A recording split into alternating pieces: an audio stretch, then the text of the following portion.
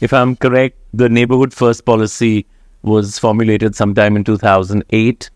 And that, I guess the whole premise was that India would look after its neighbours, would have better relations with them.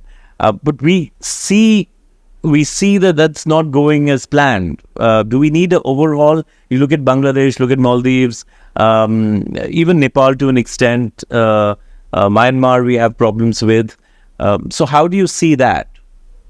I would say that we've had a policy of prioritizing the neighborhood for long. I think it's a consistent part of Indian foreign policy.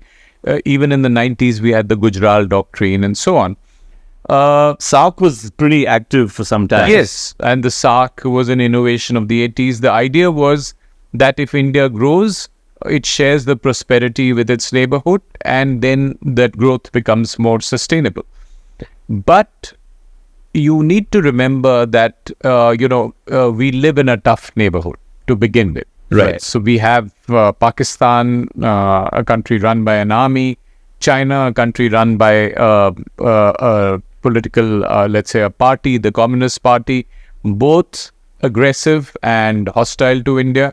We have a couple of failing states. We had Afghanistan, we had Myanmar, and we've had trouble in multiple states, including in Sri Lanka and Bangladesh.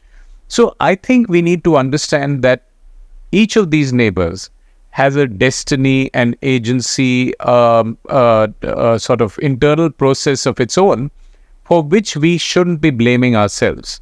So while India would try to help and try to be a neighbor that is part of the prosperity of those countries, India cannot necessarily meddle in their internal processes. But we were accused of that as far as Bangladesh is concerned. In fact, pretty much every country in our neighborhood accuses India of meddling in their affairs, whether it is Sri Lanka, whether it is Bangladesh, whether it's Nepal. Pakistan, of course, is a completely different ball game. But if you look at the latest case of what's happened in Bangladesh, the toppling of Sheikh Hasina's government, where do we stand now? The narrative, or the understanding of India's citizens was that we have a great relationship with Bangladesh, and it just suddenly seems to be in tatters. Yes, so we had a great relationship with Bangladesh for 15 years. Sheikh Hasina was very good for India, but hopefully we've built some equities which will outlast her. So I think the lesson there is that relationships are not based on particular leaders. They can be assisted by those leaders.